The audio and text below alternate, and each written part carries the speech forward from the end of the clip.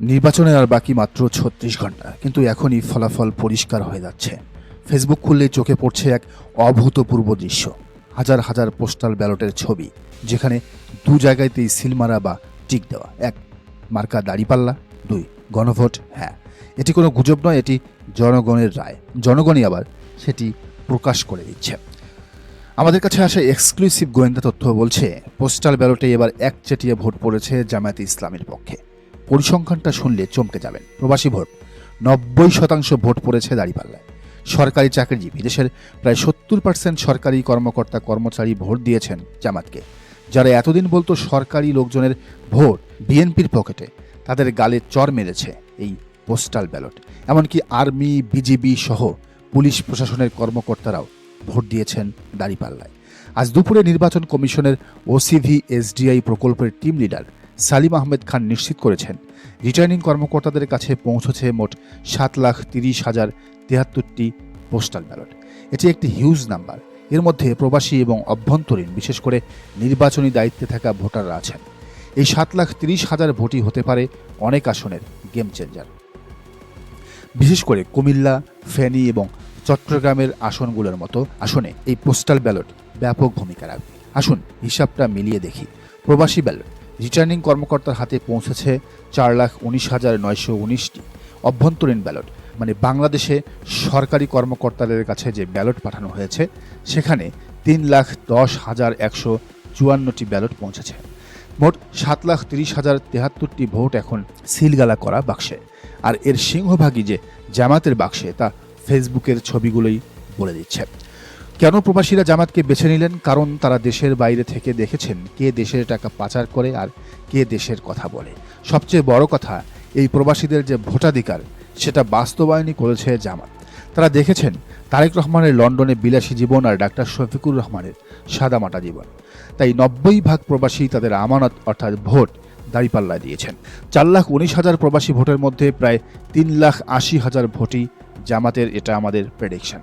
সবচেয়ে বড় সারপ্রাইজ হলো সরকারি চাকরিজীবীরা, পুলিশ প্রশাসন, শিক্ষক যারা নির্বাচনের ডিউটিতে থাকবেন, তারা আগেই ভোট দিয়েছেন। তাদের ৭০% ভোট জামাতে পড়ার মানে কি জানেন? এর মানে প্রশাসনও পরিবর্তন চায়।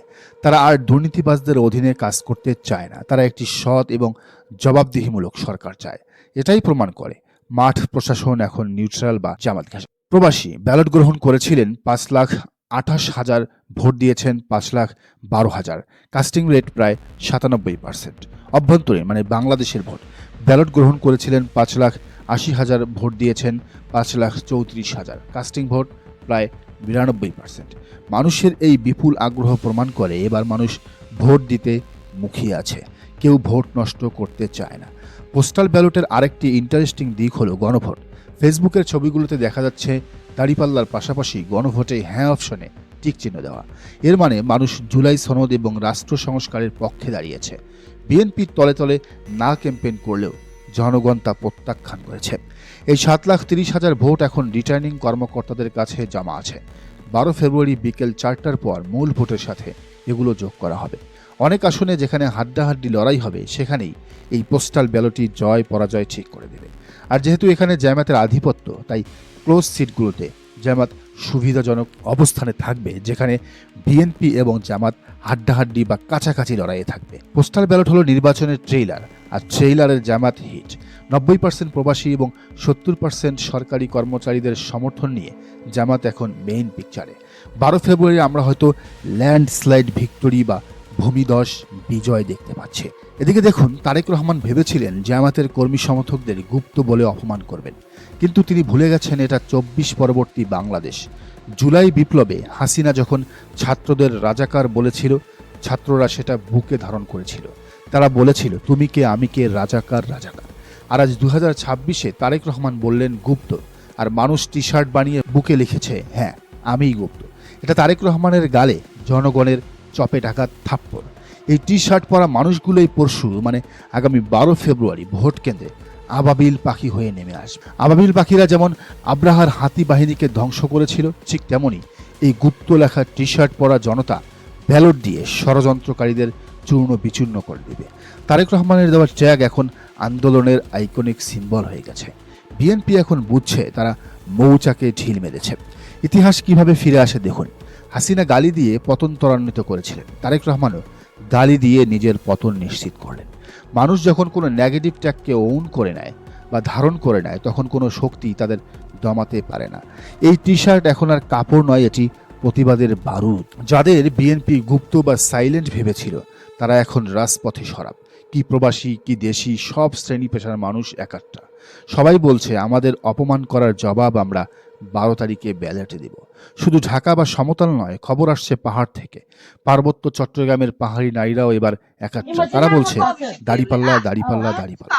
পাহাড়ি বাঙালি সমতল পাহাড় সব ভেদাভেদ ভুলে মানুষ আজ এক কাতারে। কারণ তারা দেখছে জামাত কারো ধর্মে বা জাতিসত্তায় আঘাত করে না, বরং সবাইকে সম্মান দেয়। বিএনপি চেয়েছিল বিভাজন করতে, কিন্তু জামাত তৈরি করেছে জাতীয় ঐক্য।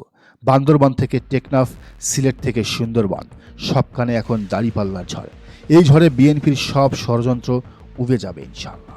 ঝড় উঠেছে ঠিকই, কিন্তু শয়তানও বসে নেই। আগামী 36 ঘন্টা খুবই ক্রিটিক্যাল। বিএনপি শেষ কামড় দেওয়ার চেষ্টা করবে, টাকা ছড়াবে, গুজব ছড়াবে, গুন্ডমি মাস্তানি করবে, অস্ত্রের ঝনঝনানি তুলবে।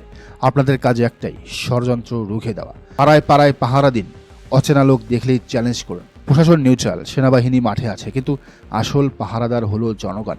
আপনারা যদি সজাগ থাকেন, তবে কোনো ষড়যন্ত্রই কাজে আসবে না। গুপ্ত টি শার্ট গায়ে দিয়ে কেন্দ্র পাহারা দিন। আজকের এই মেগা বিশ্লেষণের শেষ কথা, আমরা আমাদের চেষ্টা করেছি, টি শার্ট বানিয়েছি, মিছিল করেছি। এখন বাকিটুকু আল্লাহর হাতে। সবাই বেশি বেশি দোয়া করুন, আল্লাহর কাছে বলুন, হে আল্লাহ, এই মজলুম জনপদকে আর নিরাশ করো না। ভাই ও বোনেরা, বৃহস্পতিবার সকালে আবাবিল হয়ে কেন্দ্রে যান, জালিমদের অহংকার চূর্ণ করে দিন।